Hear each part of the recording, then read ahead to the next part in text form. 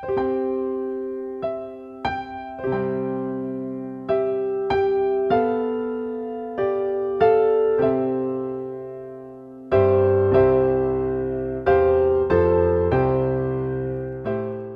pagi pendengar setia Radio Cakrawala yang diberkati Tuhan kita Yesus Kristus.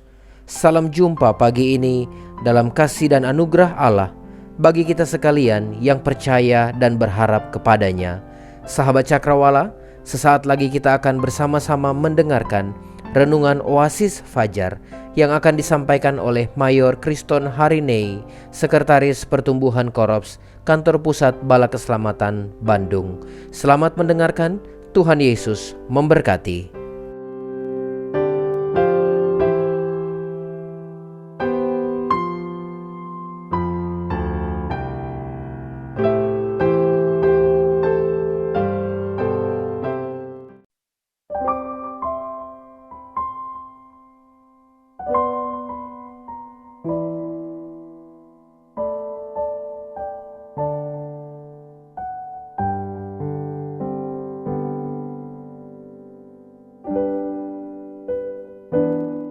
Sahabat pendengar Radio Cakrawala dimanapun Anda berada, sukacita sekali rasanya dapat menyapa Anda sekalian melalui program Oasis Fajar yang selalu hadir menyapa kita setiap pagi di radio kesayangan kita ini.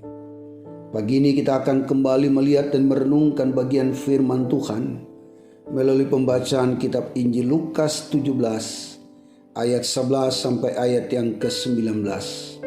Seperti yang telah saya kemukakan hari-hari yang lalu, bahwa kita akan mendiskusikan bagian dalam sepanjang minggu ini. Karena itu, sebelum kita masuk dalam perenungan, saya sangat rindu mengajak kita untuk kita terlebih dahulu berdoa.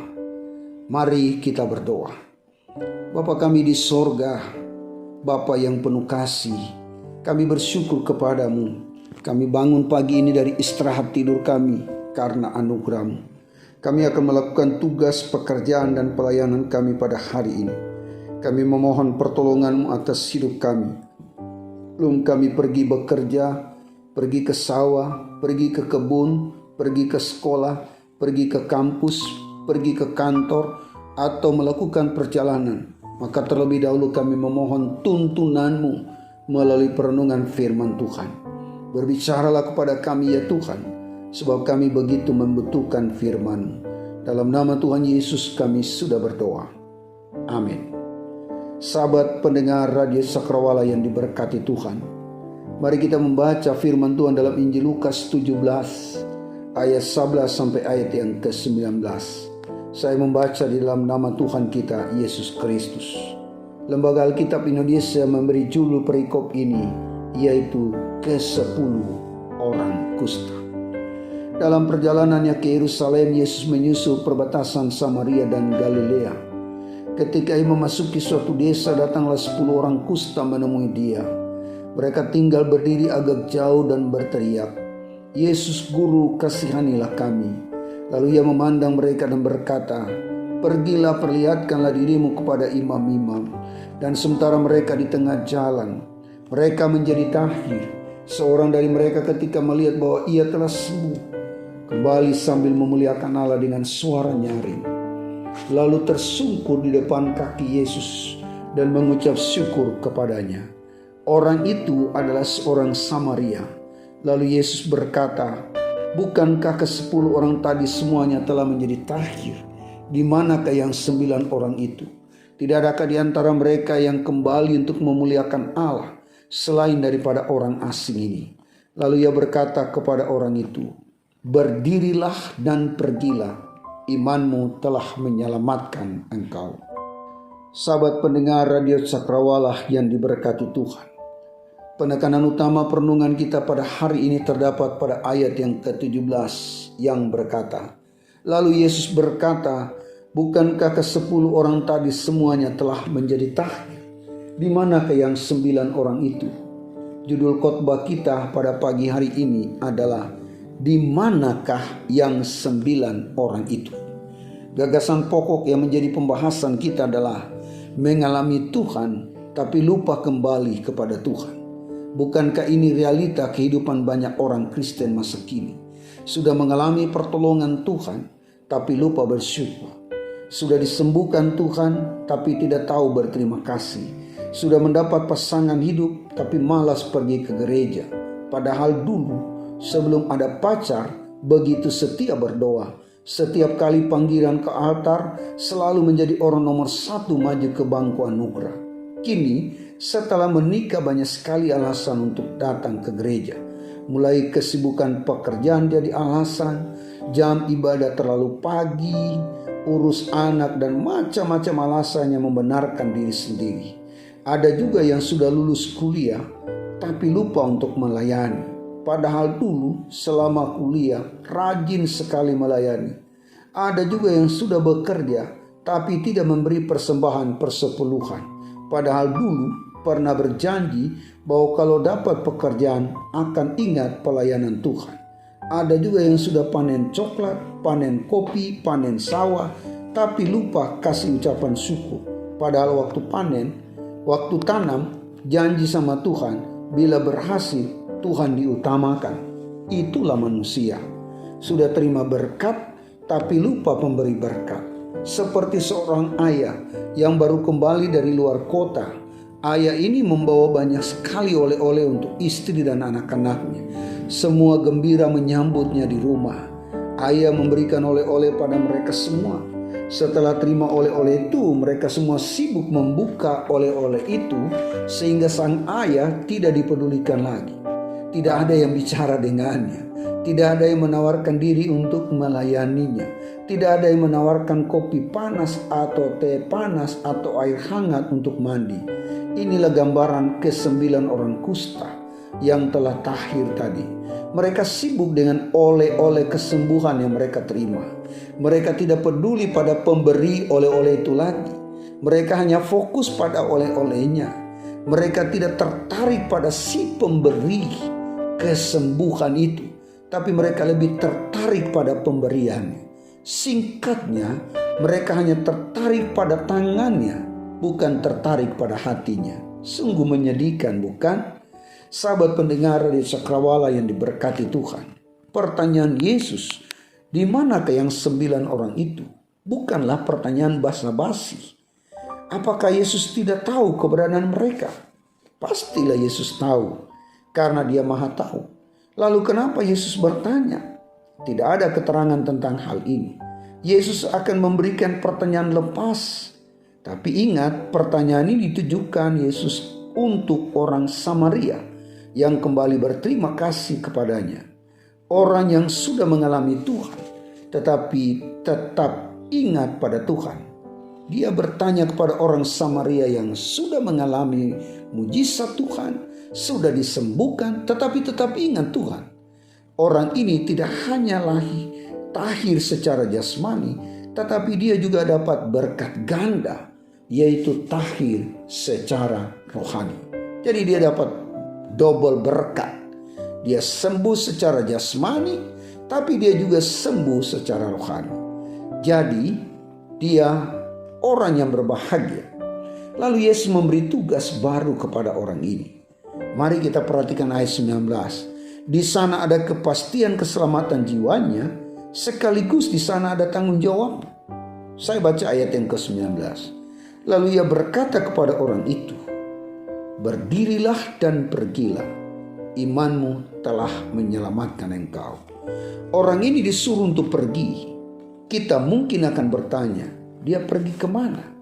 Pertama saudara-saudara, dia pasti pergi kepada imam.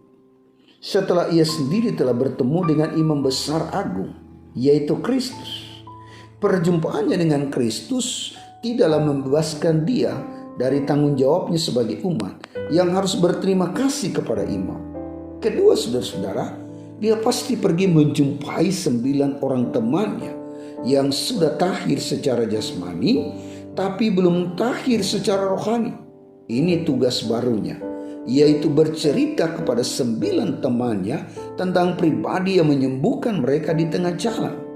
Orang ini secara jujur menyampaikan sang pemberi kesembuhan itu kepada teman-temannya bahwa sang pemberi kesembuhan itu mencari mereka.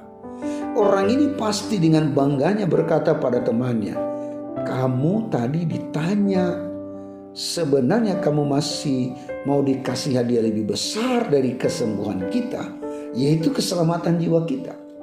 Pasti dia melakukannya dengan sukacita. Hidupnya berubah. Kini dia punya masa depan. Kini dia punya cerita baru yang bisa dia bagikan kepada orang lain.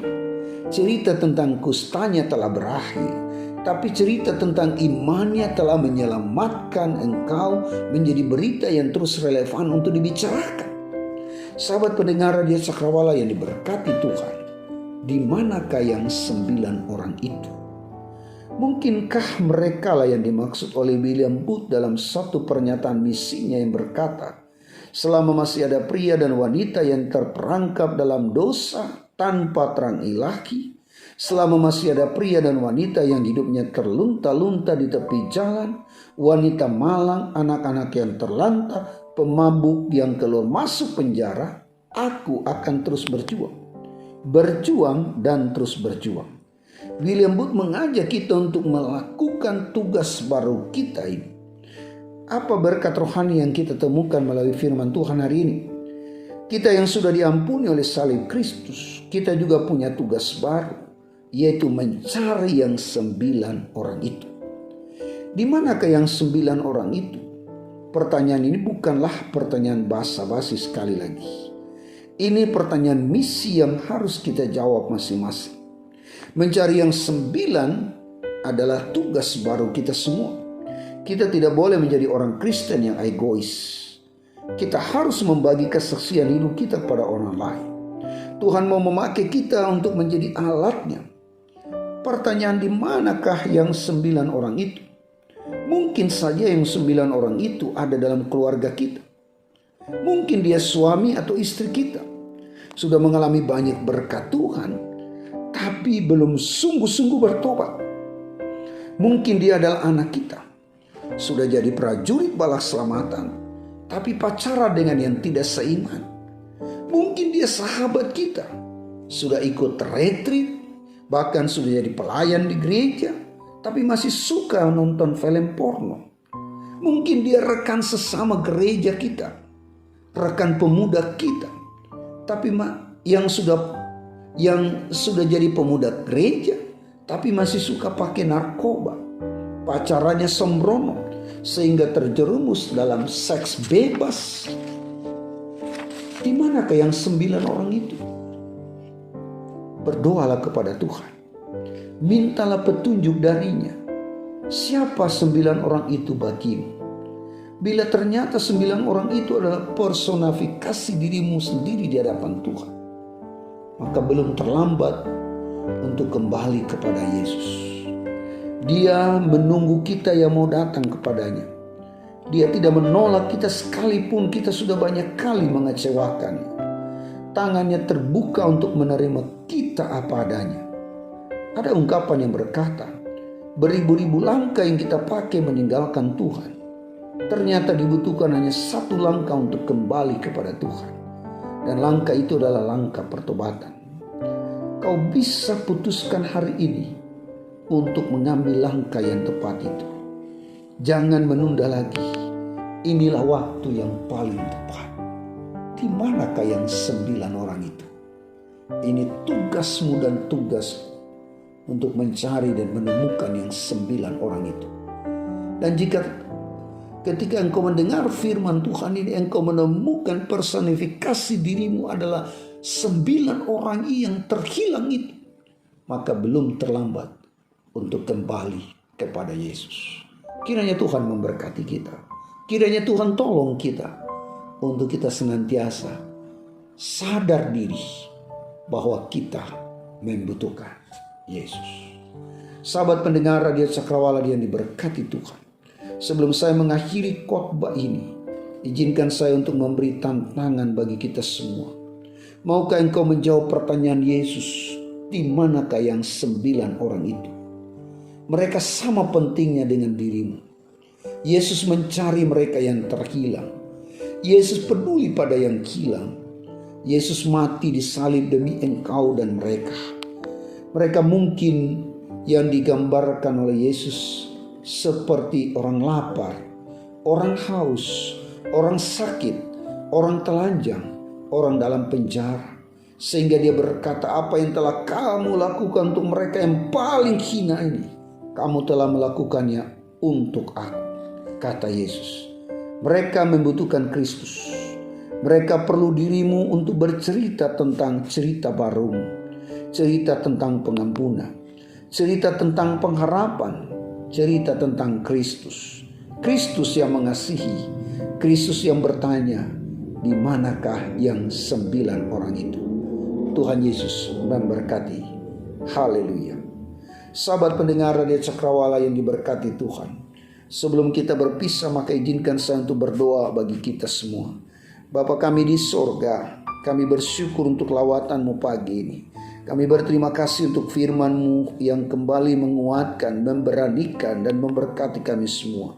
Hamba berdoa untuk semua pendengar Radio Cakrawala di mana saja berada. Mereka yang sakit baik di rumah maupun di rumah sakit, kiranya Tuhan menjamah mereka. Hamba berdoa untuk mereka yang sedang kecewa, putus asa, hilang harapan. Kiranya Tuhan Yesus menolong dan menguatkan mereka. Hamba berdoa untuk mereka yang punya beban. Kiranya Tuhan mampukan mereka menghadapi beban mereka. Dalam nama Tuhan Yesus hamba berdoa. Saudara-saudara sekalian, arahkan hatimu kepada Allah dan terimalah berkat Tuhan. Tuhan memberkati engkau dan melindungi engkau. Tuhan menyinari engkau dengan wajah-Nya dan memberi engkau kasih karunia. Tuhan menghadapkan wajah-Nya kepadamu dan memberi engkau damai sejahtera dari saat ini sampai selama-lamanya. Amin. Demikianlah perjumpaan kita. Akhirnya saya Mayor Kriston Hariday mohon pamit dari ruang dengar Anda sekalian. Shalom. Haleluya.